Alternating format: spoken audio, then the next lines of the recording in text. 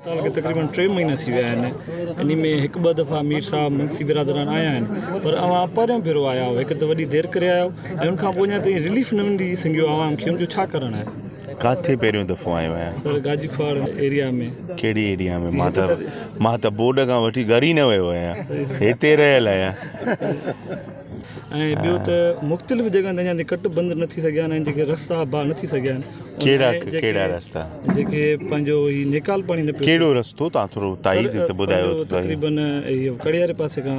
कड़े वारे पासे जो जेको कड़े जो रस्तो बहाल न थियो उहो कमु हले थो पियो, मां करे छॾियो आहे, इंशाल्लाह जल्द बहाल थी वेंदो आहे। एक्चुअली प्रॉब्लम आहे त हिकिड़ो डिस्ट्रिक्ट गवर्नमेंट जा रोड आहिनि, के वरी फेडरल गवर्नमेंट जा रोड आहिनि, के वरी सूबाई गवर्नमेंट जा रोड आहिनि। हाणे इहो कड़े वारो रोड डिस्ट्रिक्ट गवर्नमेंट जो रोड हुयो, पर इन पैसा इन ते वरी मां पंहिंजे MPA स्कीम मां 6 करोड़ रुपया ॾिना, त हू हली वियो प्रोविंशियल ॾे।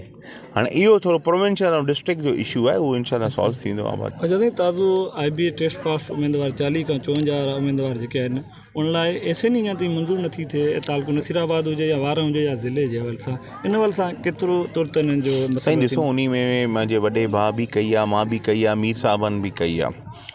SNE थींदी आहे अप्रूव सॼे पाकिस्तान सिंध जी, हिकिड़े ज़िले जी SNE अप्रूव कैबिनेट मां न थींदी आहे, अप्रूव थींदी आहे सॼे सिंध जी अप्रूव थींदी।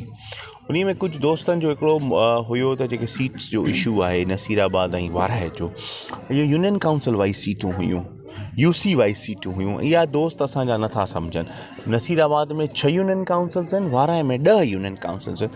त जॾहिं यूनियन काउंसिल वाइज़ हुई, पोइ यूनियन काउंसिल त जेके माण्हू आया उन्हनि खे खयूं, जेके बचा पास न थी सघिया त वरी उहा तालके जो पूल ठहियो त बाबा उहो तालके में अचे। हाणे ज़ाहिर आहे उहो 10 UC आहिनि, हे 6 UC आहिनि, त हेॾे घटि होॾे घणियूं आहिनि, त इन जो बि प्रॉब्लम हले थो पियो। महिरबानी।